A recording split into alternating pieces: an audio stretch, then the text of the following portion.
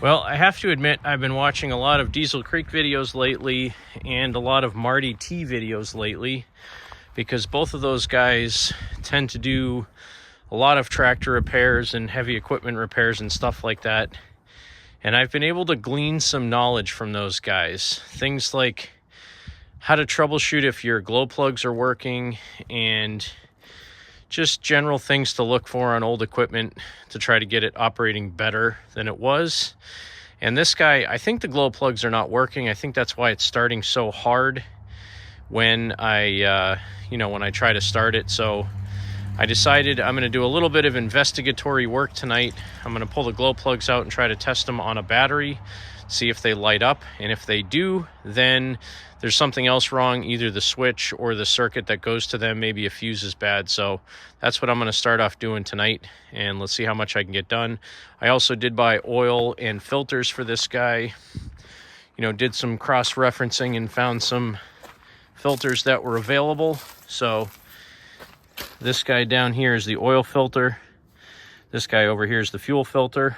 I also ordered a cable, a universal cable for the tachometer, because I looked at the cable the other day. I unscrewed it from the back of the housing and the cable pulled right out of the housing. So I know the tack cable is bad. That's why that hasn't been working. But I did stick the end of the cable in there that was left and twist it, and the tack does spin. So I know there's an issue only with the cable, not like the tack seized up, and that's why the cable broke.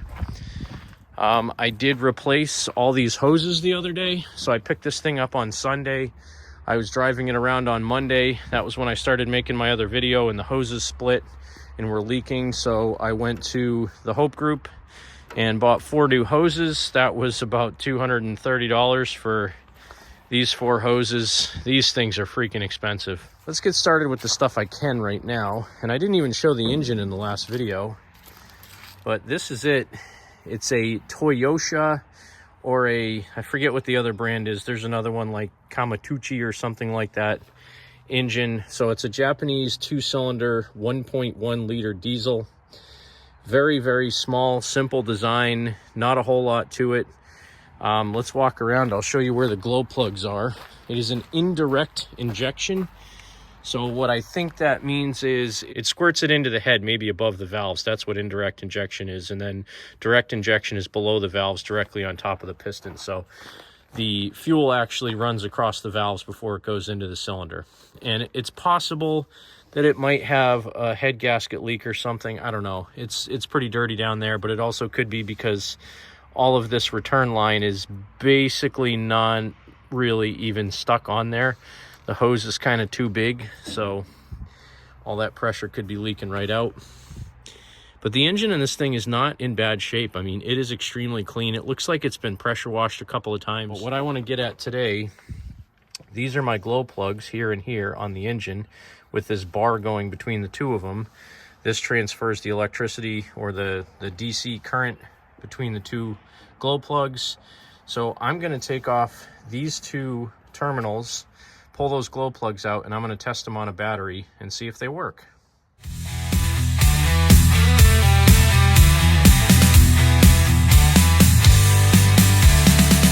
engine's coughing like they want to die. Smoke in his lungs, but he won't say goodbye. Exhaust clouds thick, painted skies so black, bringing life to junk left on the track. Crankies in the garage under neon haze, life in the motor roar, lost in the maze. Steel and sweat where the wild dreams ride, horsepower goes by southern pride.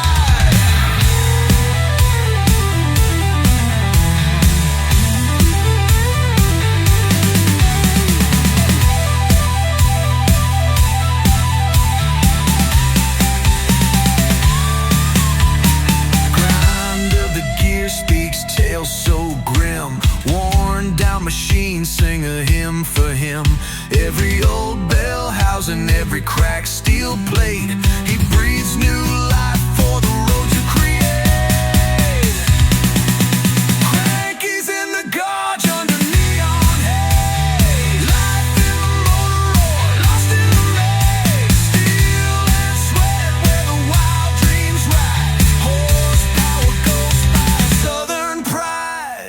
nice. No, it's an NGK. 334. And it's got some other numbers on it. That is pretty dirty. This one looks like, they both kind of look like they're working because they have like a charcoal color to them. So let's go test these on a battery. Now, using one of my Sears tractor batteries to do this test, what I've seen Marty T do in his videos is to take the glow plug like this with this jumper strap. You ground out the body on the negative side of the battery, and you touch the positive side to the positive terminal, and you should see that glow plug heat up and start smoking, or get hot and burn my finger, whichever comes first.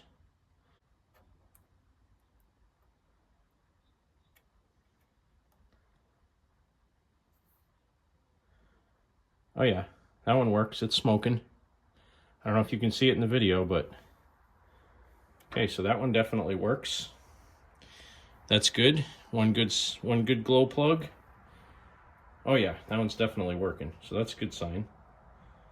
It didn't get so hot that I'll burn my fingers here. Let me switch it to the other one.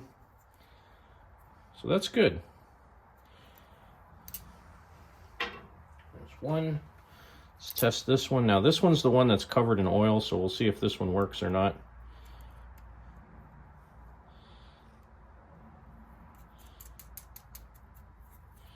All right, same deal. Ground it on the battery.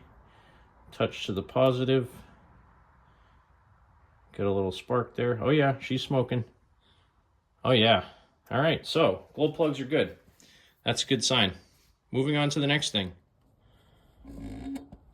Well, now that I know my glow plugs work, what I'm going to do next is test the voltage at the glow plugs when the key is on. So to do that, you need to, this is going to kind of get tricky because I'm going to need to hold my leads to ground and power and then turn the key on. And 10.8 volts, which is perfect because the glow plugs are 10.5 volt glow plugs. So now I have tested my glow plug system works, my glow plugs work. One less thing to look at. Let's move on to something else. So the next task that I have to do is make a new battery cable for the ground. Now this cable I had previously used in my Bel Air for the positive side of the battery, which is why it's like 15 feet long and why it has red electrical tape on it, because this was the positive cable for my car. But since then, a good friend of mine gave me some actual red cable for it, and I have since fixed that. So this is going to be my new negative ground cable for this because it's black. I have some new cable ends that I can put on here. And the other thing is the terminal where the ground is actually just attaches to the battery box or the battery tray on this, and it's all rusty. I don't like where that is, so I will probably put another one here, and then I'll run one from there around and attach it somewhere on the engine. Let's give it about 18 inches. This is some two gauge, so bigger than what's on here. But if there's anything I've learned about automobiles and tractors and equipment, always go bigger than you need on your battery cables, and always add more grounds than you need as well. That was an ugly cut. So here's my two ground cables. Let's go put some ends on these and then I'll come back and install them. Always pays to save this kind of stuff. Even though this cable was a little bit melted from rubbing on the headers in my car, it's always good that you can cut up little pieces here and there and use it on stuff like equipment. So a good buddy of mine gave me this little impact tool here for doing cable ends for battery cables. I don't know how well you'll be able to see it, but there's basically just a V-notch down here, and the head of this thing that you strike with a hammer comes to a point. So what you do is take your battery cable and run the end down on it far enough that I should probably strip that back a little bit more because I want a little bit better engagement on this. Basically all you're doing is crushing that brass end or copper, I think it's copper, crushing, goodness, I can't talk tonight, crushing that copper end down on the battery cable so that it stays in place. And it works better than just trying to crush it in the vise. So stick this guy up here. It's got a little lever on it that you can push up and twist so you can get your cable nicely down in there. You just stick your cable down in the bottom in the impact area, let go of that thing, take a good hammer, and this is like a 3-pound hammer, and I'm just going to give it a good whack.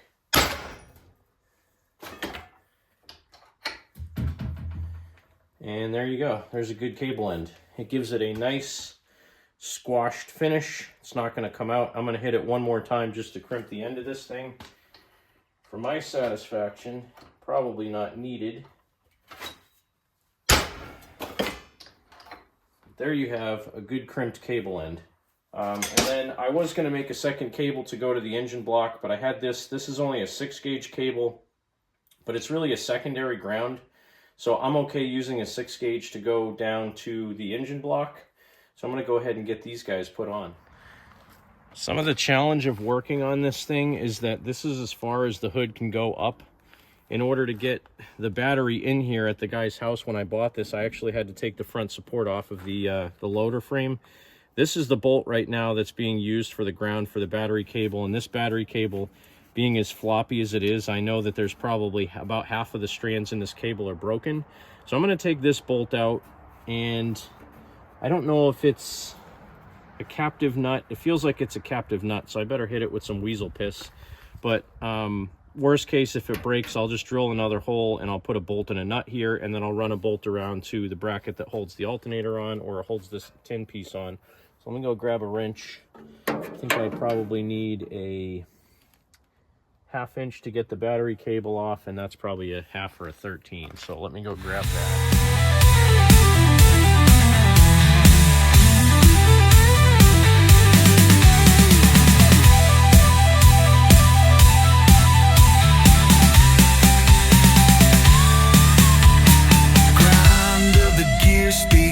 So grim, worn down machine, sing a hymn for him.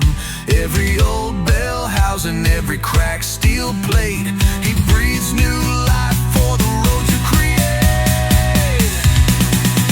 Crankies in the gorge under neon haze, life in the motor oil, lost in the maze, steel and sweat where the wild dreams ride, horsepower goes by southern pride.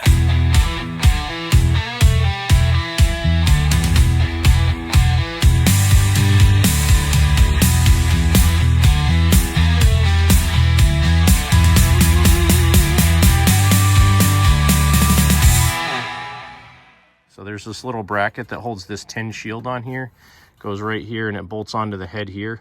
That's what I'm going to connect the secondary ground cable to. So I got to take that bolt out, put the ground cable on there, kind of run it around these tin shields and connect it up down here on the battery tray, which will also be connected up to my main battery cable. So you can see what I did here. New battery cable from the top of the battery on that 5/16 post. And I got to snug that up now because I had to move it. It runs down, connects up to the original location here, and then I ran a second cable up through the firewall down and connected it onto the block right there. So let me tighten up the top battery terminal, and then I have to get a battery so I can cut the end of this thing off, which it's kind of smashed anyway. You can't see it too well, but it's a little bit crushed anyway. So I'm going to go ahead and lop it off right about here and then put a rain cap on it. Even though I like the turnout, the rain cap is better because this tractor will spend some time sitting outside. And then I might even try to get it in the garage tonight. We'll see. Let's see what I can finish up. Now, to borrow a phrase from Crazy Russian Hacker, here on the Science Channel, safety is our #1 priority.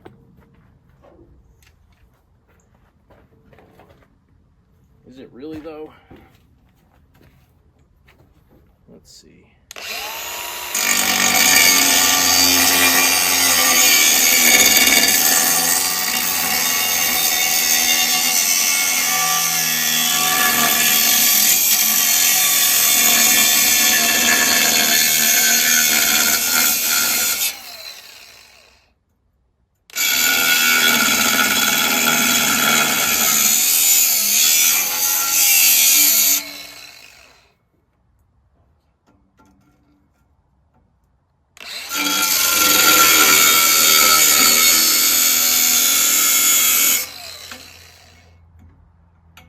nice and straight. Yeah, right. I didn't quite cut down far enough, actually.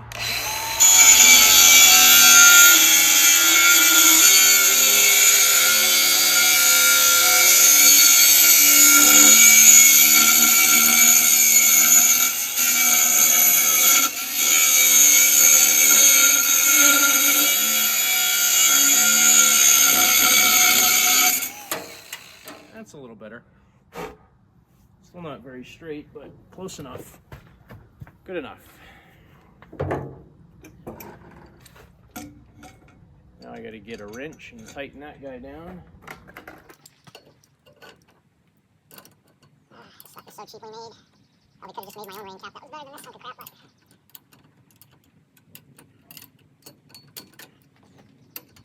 I mean, it kind of shuts. I'm gonna have to twist it a little bit, I think, but let's just put it above the end of the pipe. So, that's good. Flush with that. That's better.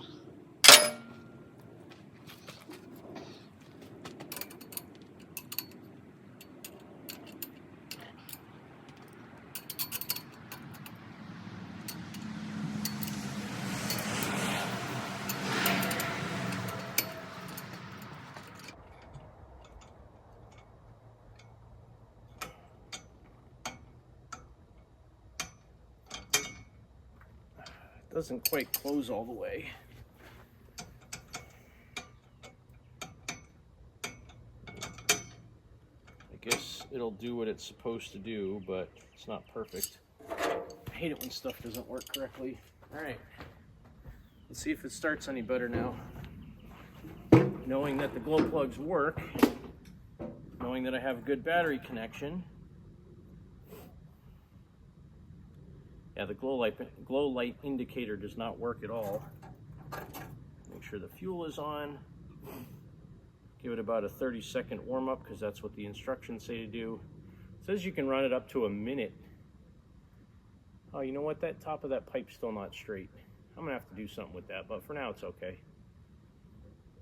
I'd say that's about 30 seconds. See if she fires up right away.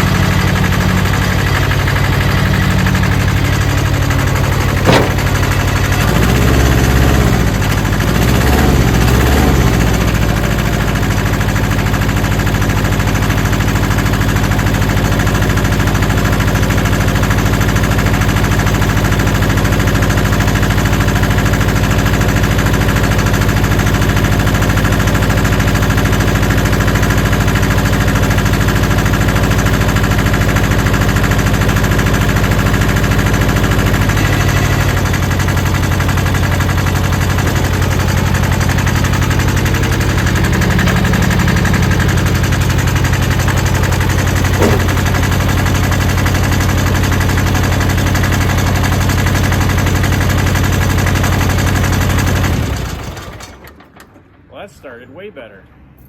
That's how it should start. So now that I get all that going, all I'm going to do is top off the fuel and put some power service additive in this guy and be done for the night. That was a success. Let's see, treats up to 250 gallons. So I should only put a few ounces of this stuff in, I think, or maybe more, we'll see. However the mood strikes me. Hopefully I don't pour it all over the hood. I'd say that's probably enough. It's only a 7-gallon tank. I don't need a ton of this stuff. Let's get some diesel fuel, some diesel. You know, one thing that I never really paid attention to, the manual for these tractors say, make sure you top the fuel off every time you're done running it so that there's no air in the tank. And in doing that, you won't get rust in the tank. I never really thought about that before, but it makes sense. Makes a lot of sense. Now, I don't know how well I'm going to be able to see to stop. It does have kind of a sight tube on the side of the tank, but I can't see that either. I'll just have to check.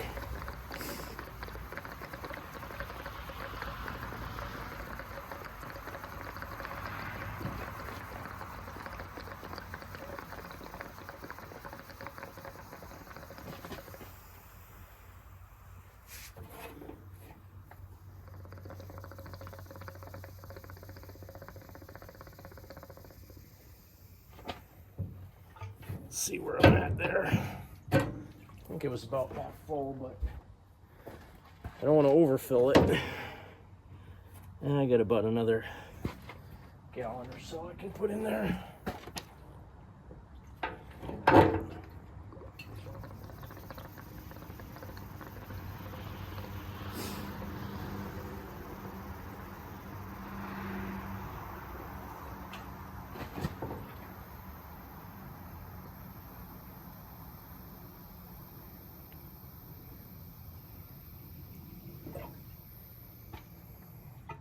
See, I'm probably close enough there. Let's check.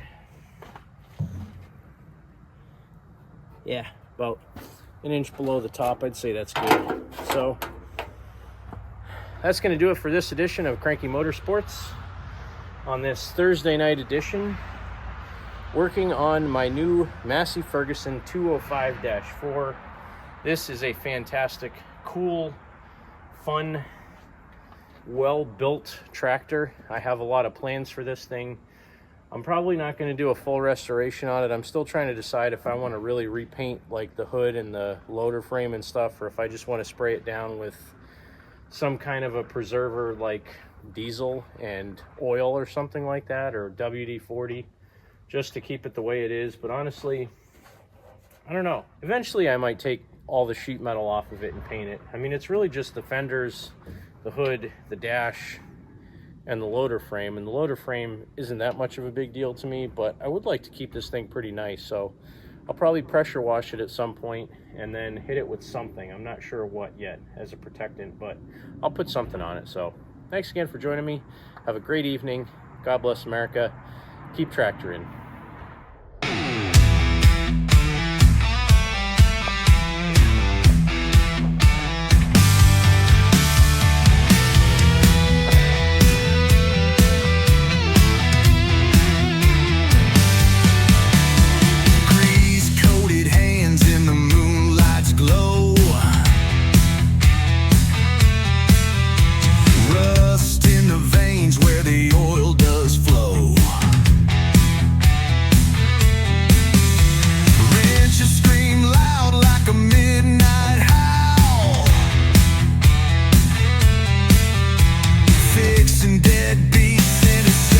Prowl.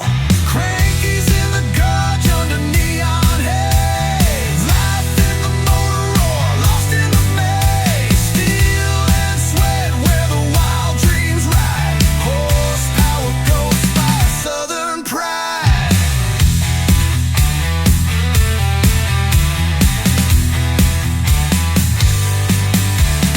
The engine ends coughing like they want to die.